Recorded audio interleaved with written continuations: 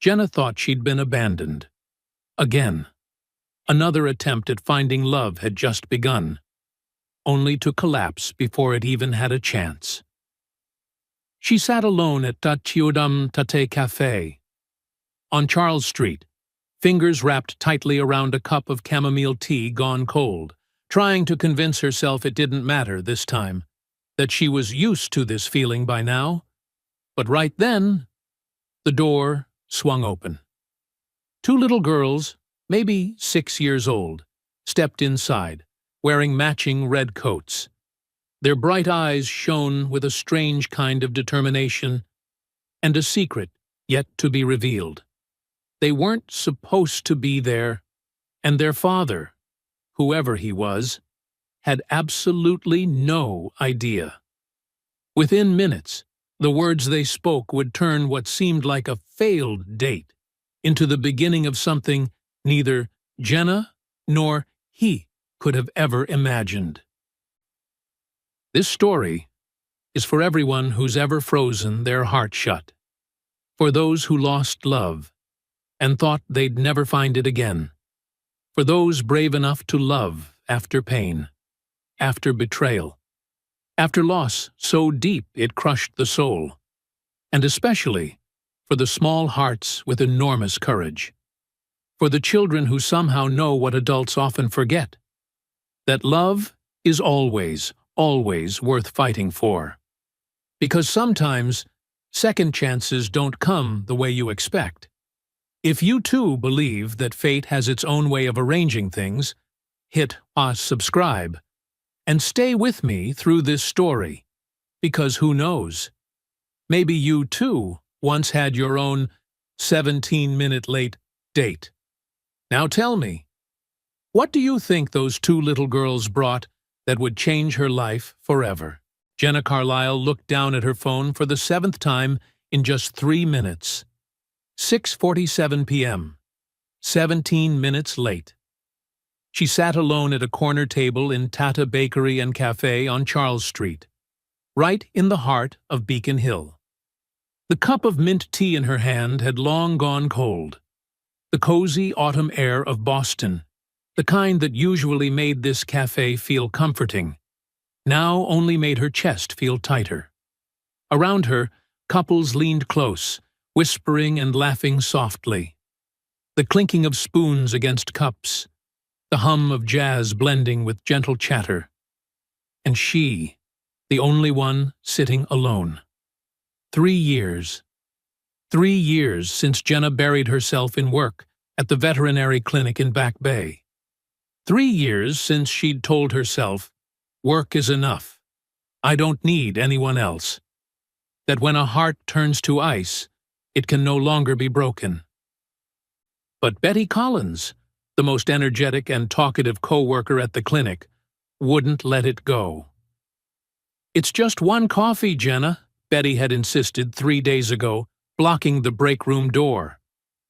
Andrew Callahan, 35, architectural engineer. Trust me, he's amazing. Trust me. 2 simple words, but for Jenna, trust had become a luxury. 3 years ago, she'd trusted someone. Marcus, the man who had promised her everything, then vanished the moment she needed him most. When her father passed away, when the clinic debts weighed her down. Marcus had taught her a brutal lesson. Never let anyone get close enough to hurt you again. And now, as she stared toward the cafe door, that familiar feeling returned. Disappointment, bitterness, the faint sting of someone who once dared to hope. 6:51.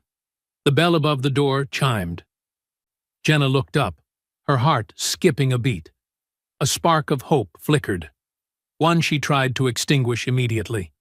But the person who entered wasn't the kind 30-something man with the gentle smile Betty had described. It wasn't Andrew Callahan.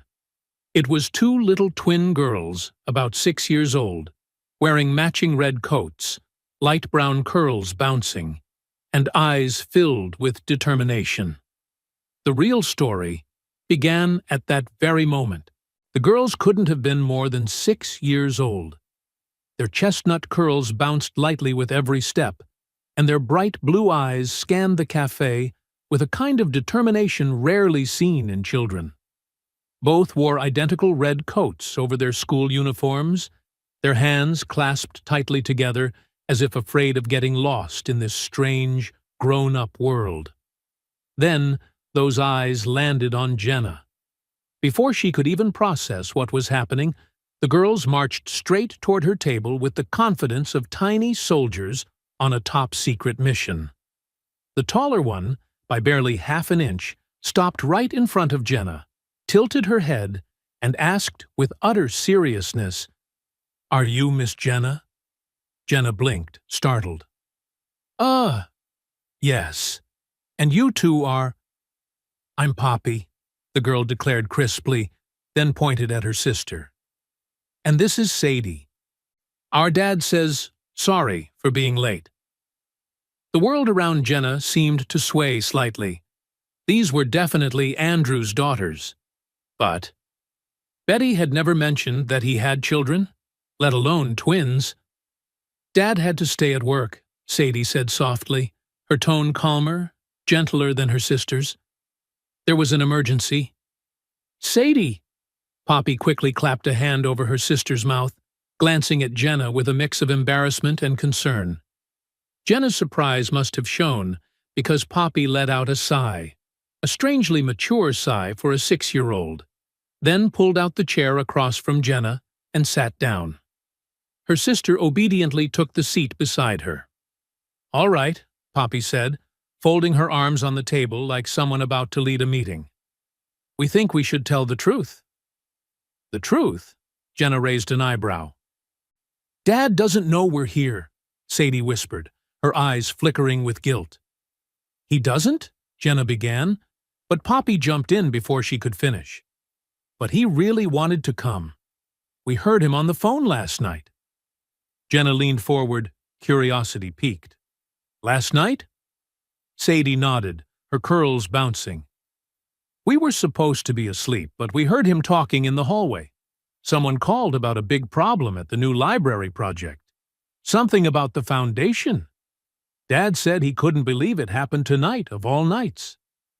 Then he said he had a very important date at 6:30 at Tate Cafe on Charles Street," Poppy added proudly, brimming with confidence. "And how did you two know this was the right place?" Jenna asked with a smile, unable to hide her amusement. "We're smart," Poppy replied matter-of-factly.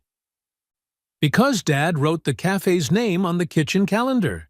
He circled it 3 times and drew a smiley face." Something warm spread through Jenna's chest. A smiley face. "Dad was really excited," Sadie whispered, her voice as soft as a breeze. "He even ironed his clothes yesterday. He never does that." Jenna laughed. A rare, genuine laugh on what had felt like a hopeless evening. These 2 little girls, with their serious faces and tiny, secret mission, had somehow turned a failed date into something entirely different. "So, when we heard Dad say he might be late, we made a plan," Poppy explained, firm and composed. "We asked Mrs. Ruth, she's our babysitter, to drive us here. We told her it was super, super important." Jenna glanced out the window. Sure enough, an elderly woman sat in a sedan parked by the curb. Her expression a mix of confusion and patience. When she caught Jenna's eye, she smiled and gave a little wave. "We had to beg her," Sadie admitted, her cheeks turning pink. "Maybe we cried a little." "Strategic crying," Poppy corrected solemnly. "Necessary for the mission." Jenna bit her lip to keep from laughing. These 2 were remarkable. Small, stubborn, and perhaps so irresistibly endearing that they managed to warm a heart she thought had long gone cold. "Would you girls like to sit with me for a bit? Maybe have some hot chocolate?" The twins' faces lit up like Christmas lights. Poppy jumped off her chair, dashed to the window, and waved wildly at Mrs. Ruth sitting in the car outside. The elderly woman sighed, but eventually nodded, smiling with a look of resigned affection. When the girls returned to the table, Jenna called the waitress and ordered 2 mugs of hot chocolate piled high with whipped cream. While waiting, she quietly studied Poppy and Sadie more closely. Beneath their confidence and mischief, Jenna saw something else, a quiet sadness, a weight that children their age should never have to carry. "So," Jenna asked softly, her voice barely above a whisper, "does your dad go on dates often?" The question hung in the warm air between them. The girls exchanged glances, their eyes speaking silently. Then Poppy slowly shook her head. "Never," she said softly. "You're the first one, since Mommy went to heaven." The hum of the cafe, the hiss of the espresso machine, the clinking of cups, all seemed to fade away. Jenna felt her heart tighten. "When did that happen?" she asked gently. 2 years ago, Sadie replied, her small hands twisting the edge of her coat. "Right after we started kindergarten. Mommy got sick really fast. The doctor said there was something in her brain. Aneurysm," the cold medical term flashed through Jenna's mind, but she didn't say it. Instead, she reached across the table and took Sadie's tiny hand in hers. "I'm so sorry," Jenna whispered. "Dad takes care of us all by himself," Poppy said proudly. "He learned how to braid hair from YouTube videos." "Really?" Jenna smiled softly. "He watched them all week," Sadie added, a small grin spreading on her little face. "At first the braids were really bad. My hair got all messy." "But he kept trying," Poppy said. "Now he's really good at it." When the hot chocolates arrived, the whipped cream towered like little white mountains. The girls lifted their mugs carefully, trying to sip without getting cream on their noses. Of course, they failed spectacularly. Within seconds, both had white mustaches, looking like 2 tiny, serious old men. Jenna laughed, a real, heartfelt laugh, the kind she hadn't felt in a long time. "Dad also makes the best grilled cheese sandwiches," Sadie said, licking a bit of cream from her lip. 3 kinds of cheese, and every night he sings Mommy's favorite song for us. He doesn't sing as well as Mommy did, but we don't tell him that." Tears welled in Jenna's eyes. She pictured the man, Andrew Callahan, staying up late watching braiding tutorials, doing everything he could to bring a sense of normalcy back for his daughters. A father quietly learning to move through grief, standing tall for 2 little girls who needed him more than anything else in the world. "Dad was really nervous about tonight," Sadie said softly, as if revealing a secret. "He changed his shirt 4 times. 4 times? Jenna laughed, fully caught up in their story. "And he practiced talking in front of the mirror," Sadie added, her eyes widening. "We weren't supposed to watch, but we peeked through the door crack." "What was he saying?" Jenna leaned forward, genuinely curious. Poppy straightened her back, cleared her throat, and tried to mimic an adult's deep voice. "Hello, I'm Andrew. Nice to meet you." She paused, frowned, and shook her head. "Hi, Jenna. No, that's not right. Jenna, hi, I'm Andrew Callahan." "Then he said a bad word," Sadie whispered, eyes round as marbles, "and decided he'd just be himself." Jenna laughed. Not the polite, strained laugh of a failed date, but a real one. Light and genuine. She felt something inside her chest begin to melt, to soften. Then Sadie suddenly grew serious. "Dad really wanted tonight to go well. He never breaks a promise, so if he had to stay at the site, it must be something really important." Poppy nodded firmly. "Dad designs buildings to keep people safe. If something's wrong with the foundation, the whole structure could fall. He always says safety is his responsibility." And in that moment, Jenna understood. The 2 little girls sitting before her weren't just adorable accomplices trying to save their father's date. They were protectors, defending their dad's happiness with all the love their small hearts could hold. "You must be so proud of him," Jenna said softly. Both nodded in perfect unison. "He's the best dad in the whole world," they said together. Then Sadie lowered her gaze, her voice barely above a whisper. "But sometimes Dad gets really sad," she said. "He looks at Mommy's picture when he thinks we're asleep. We see him standing in the hallway, just staring and not saying anything." Jenna's throat tightened. "That's why we were happy when Aunt Betty said she found someone nice for him to meet," Poppy said, her voice pure and hopeful. "We just want Dad to smile again, like he used to." Aunt Betty. The missing piece clicked into place. Betty was Andrew's sister-in-law. "We saw Dad this morning," Sadie continued, her eyes lighting up. "He was humming while making breakfast. He only does that when he's really happy." "And he made butterfly-shaped pancakes?"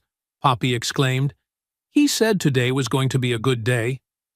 Jenna's phone buzzed lightly on the table. She glanced down. A message from Betty. "Have you heard from Andrew? He's not picking up." Jenna looked up at the twins. "Tell me honestly, your dad has no idea you're here, does he?" "His phone's probably in the truck," Poppy replied matter-of-factly. "He forgets stuff all the time, especially when he's looking at blueprints." "But he's almost done," Sadie added, her voice full of hope. "We heard him say on the phone that he just needed 2 more hours." Jenna glanced at her watch. 7:25 p.m. If Andrew had arrived at the site around 5:30, he might actually be finishing up. An idea flashed through her mind. Impulsive, a little reckless, maybe even crazy. But as she looked at the 2 little girls, the ones who had secretly orchestrated this entire save-the-date mission just to help their father smile again, Jenna couldn't help but smile herself. And beneath that smile was something deeper, quieter. Something she hadn't dared to admit, even to herself. She wanted to meet that man. The man who learned to braid hair from YouTube. The man who drew a smiley face on the calendar just for a date. The man who still sang his late wife's favorite song to their daughters, even when his voice cracked under the weight of missing her. "I have an idea," Jenna said, leaning forward slightly, her voice lowering as if sharing a secret.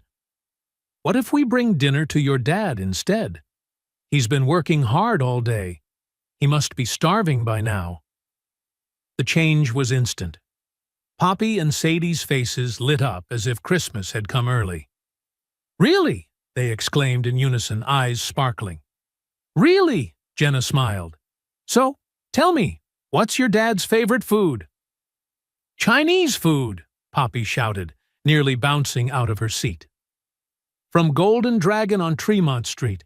He loves their orange chicken." "But he always orders sweet and sour pork, too," Sadie added calmly. "And fried rice, lots of fried rice, and spring rolls, the crispy kind." Jenna laughed, pulling out her phone and opening the food delivery app. "Then let's get all of that, and a little extra for the people working with him tonight." As Jenna placed the order, the girls chattered non-stop, their words tumbling over one another in excitement. They told her how their dad had learned to sew just so he could fix their favorite stuffed animals. How he never missed a single school play or parent meeting, even if it meant leaving the construction site early. And how last summer he'd built them a treehouse, a 3-month weekend project. "The treehouse has a secret password," Sadie whispered, leaning closer, her eyes gleaming. "It's Mommy's Angels, because that's what she used to call us."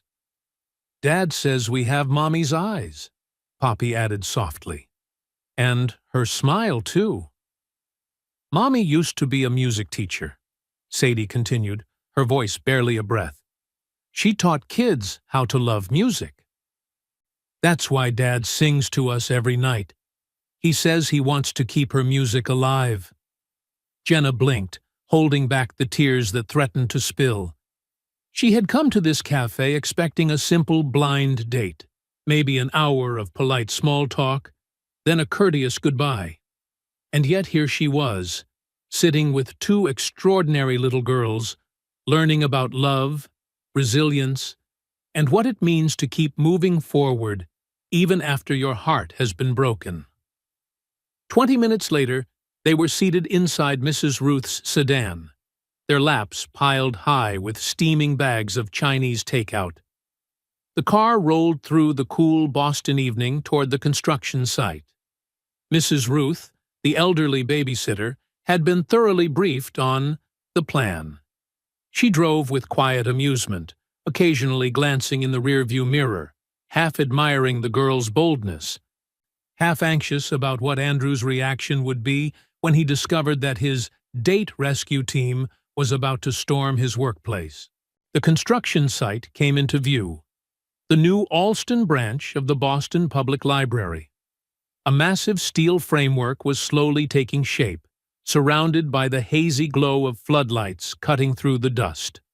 Columns, scaffolding, and silhouettes stretched across the ground, painting a scene both rugged and full of promise. As if they were stepping onto the set of an unfinished film titled Hope and Perseverance. They found Andrew inside a temporary trailer office, rolling up technical blueprints while talking with two workers. Even from outside, Jenna could see the fatigue in his posture. Tense shoulders, a slight hunch from a long day's work. His sleeves were rolled to his elbows, his hair tousled, his blue shirt streaked with dirt.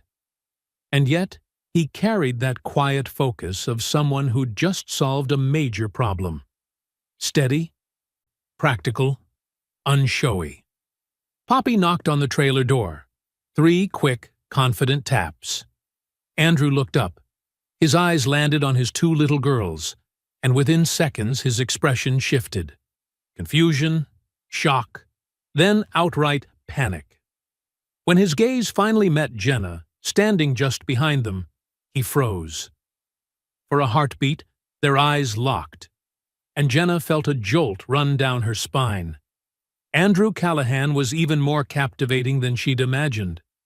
Not in a glossy, magazine-perfect way, but in a real one. A face marked by stories. The faint lines at the corners of his eyes spoke of laughter and tears. His rough hands told of years of work. And in those blue eyes, warmth and unspoken sorrow intertwined. "Poppy? Sadie? How did you—" he began, his voice faltering as his gaze stayed on Jenna. "You're Jenna, right?" he asked, though his tone left no doubt. "You're here, with my daughters." "Surprise!" Poppy shouted, throwing her arms up like a tiny mission commander. "We brought you dinner." "We didn't want Miss Jenna to think you forgot her," Sadie added softly, sincere and earnest. Andrew's 2 co-workers, both middle-aged men in hard hats, clearly struggling not to laugh, quickly stepped in. "We'll, take these food bags outside," one of them said, giving Andrew a knowing wink. "Good luck, boss." And with that, they disappeared, leaving 4 people inside the small trailer, under the warm flicker of fluorescent light, with the faint scent of sawdust in the air. For a moment, silence. Andrew just stood there, staring at the trio in front of him. 2 tiny daughters, and the woman he never expected to meet under these circumstances. He was clearly trying to piece it all together. How 2 6-year-olds had managed to track their father's date schedule and bring the date to the construction site. "Mrs. Ruth drove us," Poppy blurted out, sensing the question he hadn't voiced yet. "We asked very politely." "We heard you talking on the phone last night," Sadie confessed, her voice barely audible, "about the emergency." "And we saw how excited you were for tonight," Poppy added quickly. You even drew a smiley face on the calendar." Andrew's cheeks flushed crimson. "You saw that?" "We saw everything," Poppy said proudly. "We even took a picture, just in case you erased it." Andrew laughed awkwardly, running a hand through his messy hair. Jenna noticed his fingers tremble slightly, and his gaze flickering between her and the girls, as if he couldn't quite believe this was real. I'm so sorry," he finally said to Jenna. His voice was husky, unpolished, but so sincere it was impossible to stay upset. "I just meant to wrap things up quickly. I thought I could be a little late, text you, and I had no idea the girls would—" "Rescue your date?" Jenna teased, raising an eyebrow. "No," Poppy objected, frowning. "We caught the date." "It was running away," Sadie explained, dead serious. Despite the chaos, Andrew couldn't help laughing. A real laugh that transformed his entire face. The exhaustion melted away, replaced by something warm, gentle, human. Jenna looked at him then, really looked, and saw the man the girls had described. The man who learned to braid hair from YouTube. The man who made butterfly-shaped pancakes.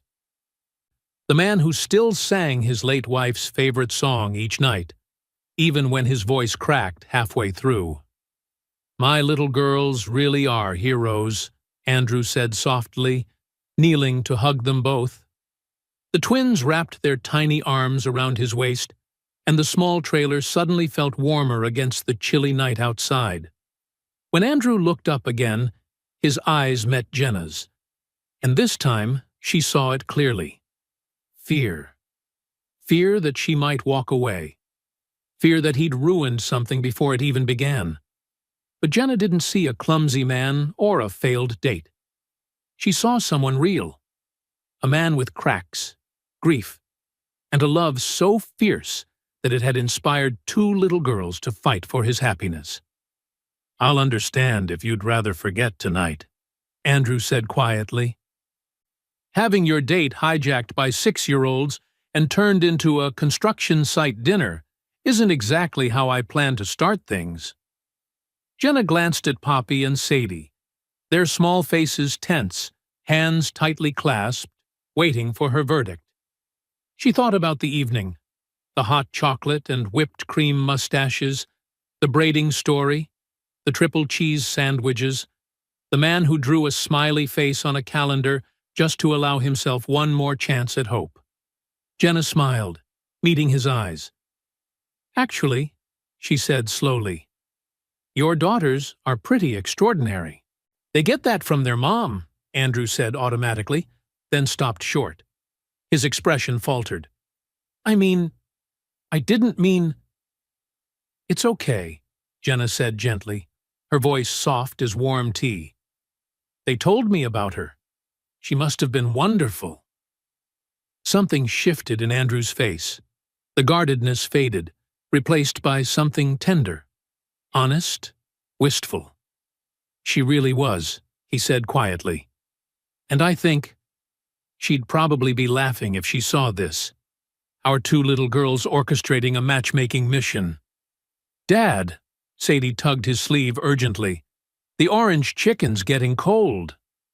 "And Miss Jenna probably hasn't eaten yet," Poppy added, in a tone so practical it made Jenna chuckle. Andrew looked down at the bags of food, then back up at Jenna. Would you like to have dinner here? It's not exactly a restaurant. And there's a faint smell of sawdust, but—" "I'd love to," Jenna interrupted, smiling. And she meant it. They cleared a space on the table, pushing aside blueprints, clipboards, and metal rulers. Andrew rummaged through a cabinet and came back with a few paper plates, laughing as he apologized for the limited facilities. When they spread out the food, the air filled with the scent of orange, garlic, and ginger, warm, comforting, alive.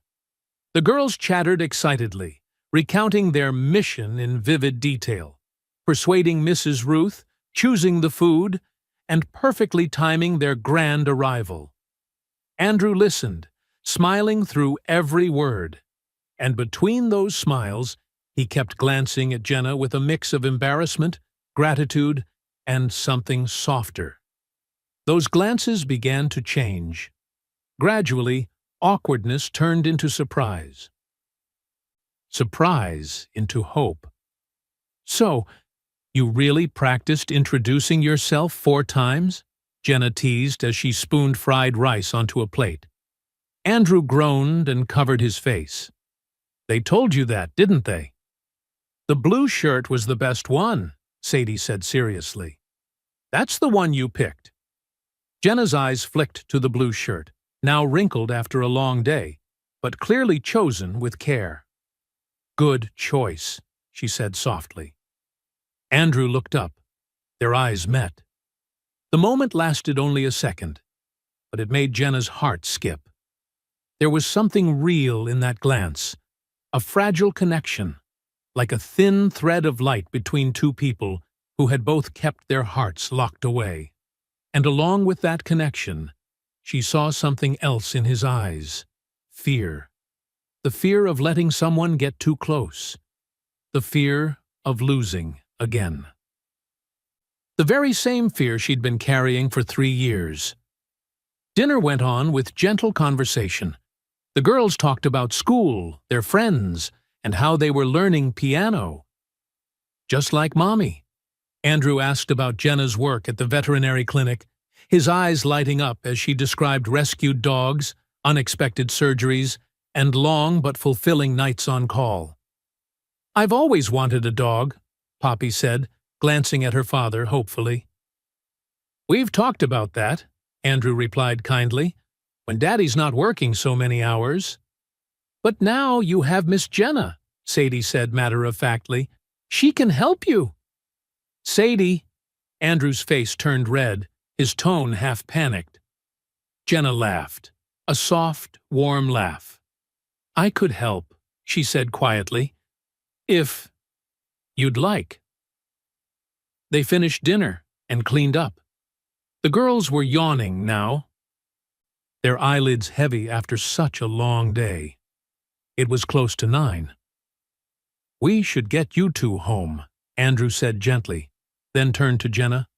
"But I was wondering, would you maybe want to— I know tonight wasn't what we planned, but maybe we could try again?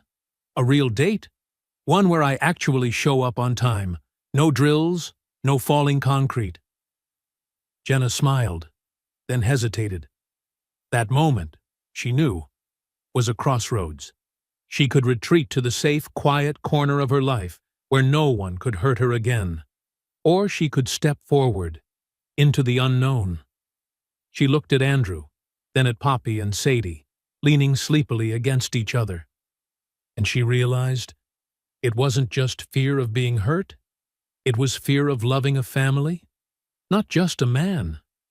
Fear of becoming part of something, and losing it all again. But in Andrew's blue eyes, she saw that same fear, and strangely, it made her feel at peace. "I like pancakes," Jenna said softly, her voice trembling just slightly. "I heard someone makes them in very special shapes." The girls shot up instantly, squealing, "Yes! Dad, invite Miss Jenna for Saturday breakfast." Andrew looked at her, and in his eyes was something raw yet genuine, a fragile but unmistakably real spark of hope. "Would you like to come for breakfast on Saturday?" he asked. "I promise this time I'll be there on time. No foundations, no construction sites, no disappearing acts." 8 a.m.? Jenna asked. 8 a.m., he said. "And I'll wear the blue shirt." Jenna smiled. "Then it's a date." Behind him, Poppy and Sadie tried, and utterly failed, to high-five quietly. "Mission accomplished," Poppy whispered, loud enough for him to hear. "I heard that, you little conspirators," Andrew said, ruffling their hair, his voice a mix of affection and helpless amusement. As they stepped outside the trailer, The Boston night air brushed against their cheeks, cool and crisp. Jenna looked up at the city lights glimmering against the dark sky, and realized something inside her had shifted. It was as if a door that had been locked for 3 years had just opened. Just a crack, but enough for the light to come through. Saturday morning arrived with the soft golden light of autumn streaming through the kitchen window of Andrew Callahan's home in Beacon Hill. Jenna stood on the front porch at exactly 7:58 a.m., her hands trembling slightly, though she couldn't quite explain why. The feeling, a mix of excitement, anticipation, and a trace of fear, was unlike anything she'd experienced before, not even that night at the construction site. She hadn't even raised her hand to knock when the door burst open. "You're here! You're here! You're here!" Poppy and Sadie shouted in unison, still in matching pajamas, hair a tangled mess. They each grabbed one of Jenna's hands and pulled her inside with surprising strength for 2 tiny girls. "We've been waiting since 7, Sadie panted. "Dad said we couldn't call and wake you up. But we really wanted to." The house was warm and alive, filled with the scent of butter, vanilla, and freshly brewed coffee. Crayon drawings covered the fridge. A basket of clean laundry sat half-folded on the couch. 2 little school backpacks hung by the door. Everything felt tidy, cozy, lived in. Not just a house, but a home, filled with love. And in the kitchen stood Andrew. He wore a neatly pressed blue shirt, dark jeans, and had a small streak of flour on his left cheek. When he saw Jenna, he smiled. A real smile, unguarded and easy, so different from the tense one he'd worn that night at the site. Morning Andrew looked lighter, warmer, entirely himself. "You made it," he said, a note of relief in his voice. "I made it," Jenna replied, smiling back. "And I'm very curious about these famous butterfly pancakes." "They're the best in the world," Sadie said confidently. "Even when Dad burns some, we still eat them all." That morning unfolded like a dream. Everything felt effortless, natural, as if they'd known each other for years. Andrew flipped pancakes while the girls competed to show Jenna their drawings, crafts, and songs from school. They ate together around the kitchen table, syrup coating little fingers, laughter mingling with the smell of coffee, flour, and soft morning light. Jenna watched quietly. She noticed the way Andrew wiped Sadie's mouth without being asked, the way he cut Poppy's pancakes into smaller bites even when she insisted, "I can do it myself." And in those small gestures, in the way he looked at his daughters, there was such gentleness, patience, and deep love that it made Jenna's chest ache. Yet, amid the laughter, there were moments when Andrew grew quiet. His gaze would drift toward the window, where sunlight glimmered through golden leaves, and for an instant, Jenna could see it clearly. The pain that hadn't faded. It was still there, buried deep, quiet, like a wound that had healed over but still throbbed now and then. After breakfast, Sadie brought Jenna a hairbrush, her eyes wide with hope. "Daddy's braids are really good," she said, "but could you try mine, please?" Jenna's heart nearly melted. "I'd love to," she said softly. She sat on the sofa, and Sadie nestled between her knees, sitting still and patient. Jenna ran her fingers gently through the girl's soft curls, brushing them strand by strand. Across the room, Andrew was at the sink washing dishes, but she could feel his gaze. When she looked up, their eyes met, just for a second, but in that second, something passed between them. Trust, calm, and the fragile beginning of something more. He had let her into his world, the world of his daughters. And this moment, braiding Sadie's hair in that very home, meant more than any words could say. "Your braid is beautiful," Sadie whispered, when Jenna tied the final ribbon. Not as pretty as the ones your dad makes, Jenna replied, trying to sound casual. Sadie giggled. Maybe just as pretty, she said shyly, but truthfully. Poppy appeared just then, skipping around the sofa. Miss Jenna, do you want to see our treehouse? Andrew glanced over, a hint of bashful pride in his eyes. If you'd like to, he said, but fair warning, it's small. These two like to pretend it's a castle. It is a castle, Poppy declared, beaming. And Jenna laughed, not just at the words, but at the feeling blooming inside her chest. A feeling she'd thought she'd lost forever. Outside, the Boston autumn air was crisp and clear, the kind of chill that made you breathe in deeply just to remind yourself you were alive. The treehouse stood nestled in the arms of an old oak tree in the backyard. Its weathered wood faded silver by years of sun and rain, with a small rope ladder and a square window looking out over a sea of golden leaves. Jenna recognized it immediately. Andrew had built it himself. Not perfect, not polished, but solid, enduring, and full of love.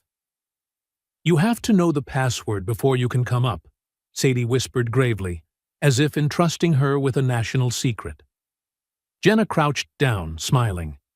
And what's the password? The twins exchanged a long, conspiratorial glance, two tiny spies deciding if they could share their code. Then Sadie leaned in close and whispered, barely audible, Mommy's angels. Jenna repeated softly, almost reverently, Mommy's angels. She could feel the weight of it, like being granted entry into something sacred. The girls grinned and scrambled up the rope ladder, Jenna following, with Andrew climbing behind her at a slower pace. Inside, the little house was warm and full of quiet magic.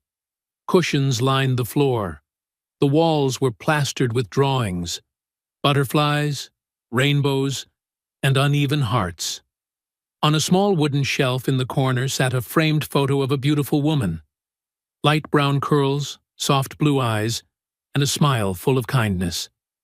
That's Mommy, Poppy said softly. Jenna's throat tightened. She's beautiful, she whispered, her voice trembling.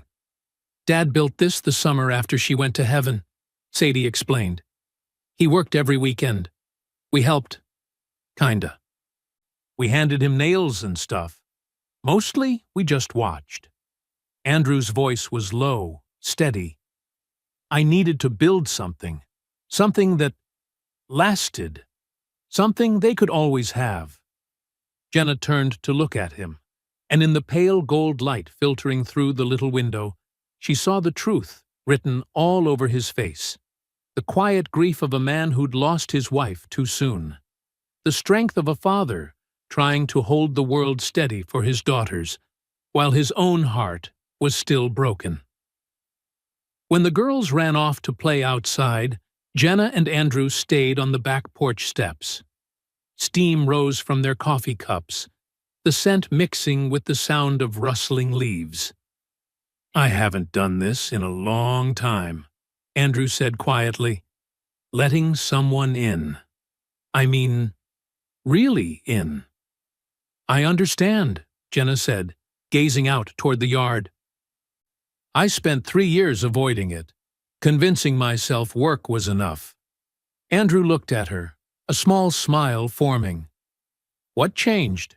Jenna laughed softly. 2 very determined 6-year-olds walked into a cafe and gave me no choice. Andrew laughed, too, but his smile faded into something deeper, more serious. Jenna, I should be honest, he said slowly. I come with complications. Those 2 girls, they are my world. Anyone who steps into my life has to understand that. I wouldn't want it any other way, Jenna said immediately, her voice calm but certain. She turned fully toward him. Andrew, your daughters don't scare me. In fact, they're why I'm here. They're incredible.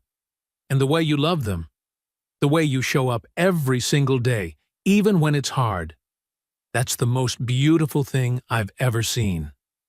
Andrew's eyes softened, shimmering in the afternoon light. "I haven't felt like this in a long time," he admitted, his voice rough. "And it's scary, because the last time I loved someone like this—" He stopped, swallowed hard. "I lost her." Jenna reached out and took his hand, their fingers intertwined naturally, as if they'd always known how. "I'm scared too," she whispered. "But I think being scared means it matters. It means it's real." Andrew nodded, a sad smile tugging at his lips. "Yeah, it does." Then his face darkened slightly. "There's something I haven't told you." Jenna felt her chest tighten. "What is it?" "Sarah's parents. My in-laws. They're very close to the girls. They visit every week. And they worry the girls will forget her. That I'll replace her?" Jenna finished softly, her tone full of understanding. Andrew nodded, eyes cast downward. "I would never want that," Jenna said firmly. "Sarah will always be their mother. I don't want to take her place. I just want to add to what's already there. If they'll let me." Andrew looked at her for a long moment, as if someone had finally spoken the words he'd never been able to say out loud. "How did you know that's what I needed to hear?" Jenna smiled faintly, though her eyes glistened. "Because I know what loss feels like. My dad passed away 3 years ago, heart failure, and the man I thought would stay." She paused, inhaled deeply. "He left. Couldn't handle the grief, the debt, the mess. So I know what it's like to be left behind. And I'll never do that to anyone." It was the first time she had spoken Marcus's name aloud, the man who had shattered her faith in love. And for the first time, she felt lighter. Andrew squeezed her hand gently. "Then he was a fool." Jenna laughed through her tears. "Yeah, he was." And in that small, tearful smile they shared, both of them knew something had begun. Not loudly, not dramatically, just a small light, but enough to chase away the long shadows they had carried for years. 2 months passed, like pages turning quickly in the wind, each one filled with small moments that, together, became the rhythm of a new life shared. Jenna was there at the Halloween recital, clapping louder than anyone when Poppy and Sadie stepped on stage in bright floral costumes, singing under the lights. In the dim auditorium, Andrew's hand found hers. "Thank you for coming," he whispered. She started stopping by his construction site every morning, bringing 2 cups of hot coffee. She learned to tell the difference between a floor plan and an elevation drawing, got to know his co-workers, men who never missed a chance to tease the engineer dating the pretty vet. In October, they went pumpkin picking. Poppy and Sadie insisted on choosing identical pumpkins, somehow convincing both Jenna and Andrew to bring home 2 huge, perfectly matched ones. "Don't you see, Dad?" Sadie said, rolling her pumpkin toward him. "We're a family." Andrew froze for a moment. The word family hung in the air, light and heavy all at once, like a promise not yet spoken aloud. One Friday afternoon in late November, Jenna came over as usual. She had a key now. Andrew had given it to her the week before, his hand trembling slightly as he placed it in her palm. "So you don't have to wait out on the porch," he'd said, but they both knew it meant much more than that. She opened the door quietly, planning to surprise them. But from the kitchen came the sound of small voices. "But she's not our mom," said Poppy. Jenna froze in the hallway. "I know," Sadie replied softly, "but she's kind." "I know she's kind," Poppy whispered, her voice catching. "But sometimes I wish Mommy was here, and I feel bad for liking Miss Jenna when Mommy's not." A quiet sob escaped her. If we love her too much, does that mean we're forgetting Mommy? Jenna's heart shattered. For a moment, all her old fears rushed back, that she was intruding where she didn't belong, taking a place that wasn't hers. She backed away, slowly, then slipped outside. When the door clicked shut behind her, she started to run. That night, she didn't answer Andrew's calls. The next morning, she sent only one message. Need a little time. I'm sorry. By Sunday, she sat alone in her Back Bay apartment, staring out at the Charles River shimmering under the cold light. The walls she'd thought she had torn down were slowly rising again, higher than before. Then Betty came. She knocked until Jenna had no choice but to open the door. He's a wreck, Betty said bluntly, stepping inside. And the girls too. What happened? Jenna told her everything. She held nothing back. Betty listened quietly, then sighed. Jenna, sweetheart, do you know what Poppy said after you left? Jenna shook her head. She told Sadie. Mommy would like Miss Jenna. Mommy would want Daddy to be happy. And then they wrote a letter to their mom in heaven, telling her all about you. Tears streamed down Jenna's cheeks. But they're hurting, Betty. They're confused. I saw it. Of course they are, Betty said gently. They're 6 years old, and their mother is gone. But do you know what they need most? Someone who doesn't leave. Someone who shows them that love doesn't mean disappearing. She looked straight at Jenna. Marcus taught you the wrong lesson, that when things get hard, people leave. But Jenna, you're not Marcus, and Andrew isn't you. Monday morning, Jenna stood outside the veterinary clinic, staring at her phone. She took a deep breath and typed, "Can I come over? We need to talk." The reply came instantly, "Please."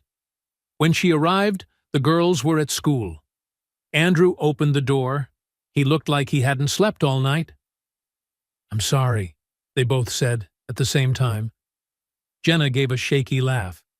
"I heard Poppy and Sadie talking, that I'm not their mom, that they feel guilty for liking me." "Jenna?" "And I got scared," she cut in. "I thought I was taking Sarah's place. I thought I should leave before anyone got hurt." She wiped her tears.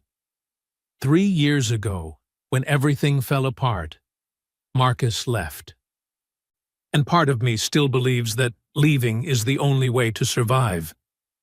Andrew stepped closer, resting a hand on her shoulder. "You don't have to leave.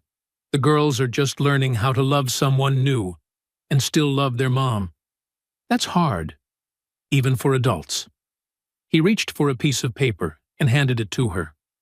A letter, written in the uneven handwriting of children. "Dear Mommy in Heaven, we want to tell you about Miss Jenna. She's kind, and she makes Daddy smile. We think you'd like her. We can love her, and still love you, right? Daddy says it's okay. Please don't be sad. Love forever, Poppy and Sadie." Jenna sank into a chair, tears spilling freely. Andrew knelt beside her. "They need you, Jenna. I need you. But more than that, we need you to stay, even when things get hard. Because they will. Every family has those moments. But that's what makes it real." Jenna looked up into his tired, honest blue eyes. "I'm scared," she whispered. "So am I," he said. "But we can be scared. Together." She stood, stepped forward, and wrapped her arms tightly around him. "I'm sorry," she whispered, her voice breaking. "I'm sorry I ran."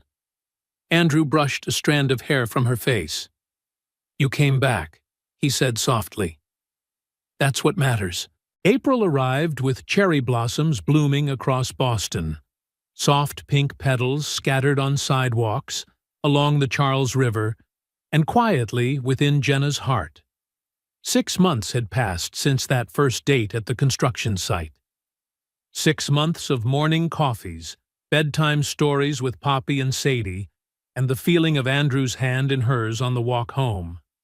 Then, one evening, Andrew said, "My in-laws want to meet you." Jenna set her teacup down, pulse quickening.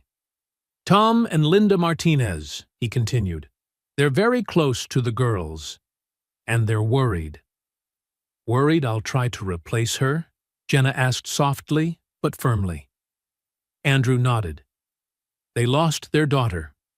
Poppy and Sadie are all they have left of her." Jenna took a deep breath. "Then I'll meet them." Dinner was set at Andrew's house. Jenna arrived early to help him cook, though her hands trembled as she sliced the vegetables. She couldn't remember ever feeling this nervous, not from fear of being disliked, but because she understood what this dinner truly meant: to be accepted, or never to be. When the doorbell rang, Jenna nearly jumped. Tom and Linda Martinez were both in their late 60s. Tom was tall, silver-haired, with kind, weathered eyes. Linda was petite, graceful, with soft blue eyes, the same eyes as Poppy, as Sadie, and as the woman in the framed photo on the shelf, Sarah. "This is Jenna," Andrew said cautiously. Linda studied her for a long moment. Her gaze wasn't cold or hostile, only measured, thoughtful. "It's very nice to meet you," she said at last, her voice low but polite. Dinner unfolded under a polite layer of awkwardness. It was Poppy and Sadie who saved the mood. Chattering about school, about how Miss Jenna teaches us dog breeds, and about their weekend plans. "We're going to the aquarium," Sadie announced excitedly. "Miss Jenna's never been to the New England Aquarium before." "Oh? Where are you from, dear?" Tom asked, keeping his tone neutral. "Connecticut," Jenna replied lightly. "But I've lived in Boston for 8 years now. I run a small veterinary clinic in Back Bay." Linda nodded, then said suddenly, "Sarah loved animals too. She always wanted a dog. But back then, we lived in an apartment. No pets allowed." The table fell silent for a beat. Jenna smiled gently. "Poppy and Sadie told me. They said their mom taught music and had a beautiful voice."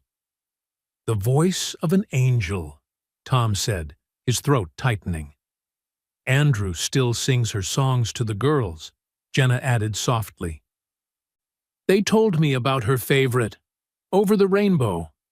It's such a lovely song." Linda's eyes shimmered. "She sang that to them when they were babies," she whispered.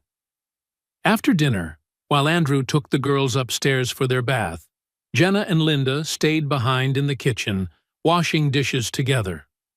Only the sound of running water and faint soap bubbles filled the air. "Mrs. Martinez," Jenna began. "Linda," the older woman corrected, her voice gentle but firm. "Linda," Jenna repeated with a nod. "There's something I want you to know." She took a deep breath, her heart pounding. "I never want to replace your daughter. Sarah will always be Poppy and Sadie's mother. I only hope to have a small place in their lives, not instead of her, but alongside her memory." Linda looked at her for a long moment. Her eyes grew glossy. "My daughter chose well," she said softly. "Andrew is a good man, and those little girls, they deserve to be happy. They deserve to have a whole family again." Jenna stayed silent. In the older woman's voice, she heard both love and fear. "But," Jenna asked quietly, "you're still afraid, aren't you?" Linda's eyes sharpened, her tone steadying. "But if you ever hurt them, if you ever walk away like so many others have—" "I won't," Jenna interrupted, her eyes bright through tears. "I promise you, I never will." Linda held her gaze, long enough to make Jenna's chest tighten, then slowly nodded. "I believe you," she whispered. Sarah would have liked you. You have kind eyes." When the Martinezes left, Linda hugged Jenna tightly at the door. "Take care of my family," she murmured. "I will," Jenna said, her voice trembling but firm. As the door closed, Jenna stood in the living room, surrounded by the framed photos on the wall: Sarah, Andrew, and two little girls laughing in sunlight. She knew then that another door had opened, not between past and present, but between memory and hope. June came, and with it, the full bloom of Boston's cherry trees, their pale pink petals scattering across sidewalks, along the Charles, and gently into Jenna's heart. 8 months had passed since she and Andrew had become official. 3 weeks remained until their wedding. That evening, the house smelled of sautéed garlic and fresh basil. Jenna was in the kitchen, preparing dinner. Andrew was still at the construction site, and she assumed the girls were upstairs playing. Until she heard it. A cry. Not the usual childish whine, but a deep, broken sound. The kind that only comes from something cracking inside. Jenna dropped the spoon and rushed upstairs. Sadie sat on the bedroom floor, clutching a worn, pink stuffed bunny, her shoulders shaking. "Sadie? Sweetheart, what's wrong?" Jenna asked, kneeling down. I can't remember," Sadie sobbed. "I can't remember Mommy's voice." Beside her, Poppy's eyes were red too, her small hand gripping her sister's arm. Jenna's heart clenched. She sat down and wrapped both girls into her arms. "Oh, Sadie," she whispered. "Everyone keeps talking about the wedding," Sadie cried, "and I am happy. I really am. But then I feel bad for being happy when Mommy's not here. I tried to remember her singing, but I can't. I'm scared, Jenna. I'm scared I'm forgetting her." Jenna took a deep breath, her voice soft as wind through leaves. "You're not forgetting her, sweetheart. Your mom lives in your heart, in your laughter, in the way you sing, in how you love your sister." "But I want to hear her," Sadie whispered, so quietly it almost disappeared into the air. Jenna turned to Poppy. "Do you girls have any videos of your mom?" Poppy nodded slowly. "Dad does, on his computer, but he doesn't watch them. He says it makes him sad." Jenna gently rested a hand on her shoulder. "Then stay here, okay? I'll call your dad." She called Andrew. "You need to come home. Now," she said, her voice trembling but steady. "It's about the girls." When he arrived, she told him everything. He was silent for a long time. Then he nodded. And together, they did what maybe they should have done a long time ago. They sat, all 4 of them, on the living room sofa. The computer screen flickered to life, and Sarah appeared. Sarah, rocking her baby girls and humming softly. Sarah, laughing as she baked cookies. Sarah, looking into the camera and saying, "Mommy loves you." No one spoke. There was only the sound of quiet sobs and hands finding each other. Andrew held both daughters tight, tears streaking his face, and Jenna, sitting beside him, wrapped her arms around all 3, feeling it with every beat of her heart. Real love never asks anyone to forget. It doesn't replace. It expands. It makes room for both the ache and the joy. When the video ended, Jenna wiped her tears and said softly, "You know what? I have an idea for the wedding." Poppy looked up. "What is it?" "We'll have a special seat," Jenna said. "A chair just for your mom, with flowers, beautiful ones, and—" She hesitated, her voice gentler now. "We'll release butterflies. Your mom loved music and butterflies, didn't she?" The twins nodded, eyes still glistening but brighter now. "Then we'll do that," Jenna smiled. "And while we let them fly, we'll play her song, Over the Rainbow. That way, she'll be there with us, in her own way. Sadie sniffled, then whispered, "Miss Jenna, I'm scared of something." "What is it, sweetheart?" "When you marry Daddy, does that mean you'll go away? Mommy went away. I don't want you to go, too." Jenna pulled her close, holding her tightly. "Listen to me, Sadie. I'm not going anywhere. Getting married means I'm promising to stay. Forever. Do you understand?" Sadie looked up, tears still shimmering. "You promise?" "I promise," Jenna said firmly. "Okay," Sadie breathed, finally resting her head against Jenna's chest, her small body relaxing, her trust returning. "Okay." That night, after the girls had fallen asleep, Andrew found Jenna sitting on the porch, gazing at the moonlit garden. He came up behind her, resting a hand on her shoulder. "Thank you," he said softly, "for knowing what they needed, for not trying to erase Sarah from their lives." Jenna turned, smiling through the glow of porch light. "I never would. She's part of them. And they're part of you, so she's part of us." Andrew's smile deepened. Then he leaned down and kissed her. Slow, real, filled with quiet promise. "I love you, Jenna Carlisle. I love you, Andrew Callahan. And I love our girls." The word "our" lingered between them, light as the summer breeze, yet steady as a vow. 9 months after the day 2 little girls walked into Tat with a mission in their eyes, Andrew Callahan returned to that same corner table, his hand clutching a small velvet box. When Jenna stepped through the door, still puzzled, thinking they were meeting at another restaurant, Andrew simply said, "I wanted to bring you back to where it all began." He spoke about the night he'd been 17 minutes late, about the 2 little matchmakers with whipped cream mustaches who pulled him back into life, and how Jenna had given him permission to live again, to hope, to love, without betraying the memory he'd lost. The box opened.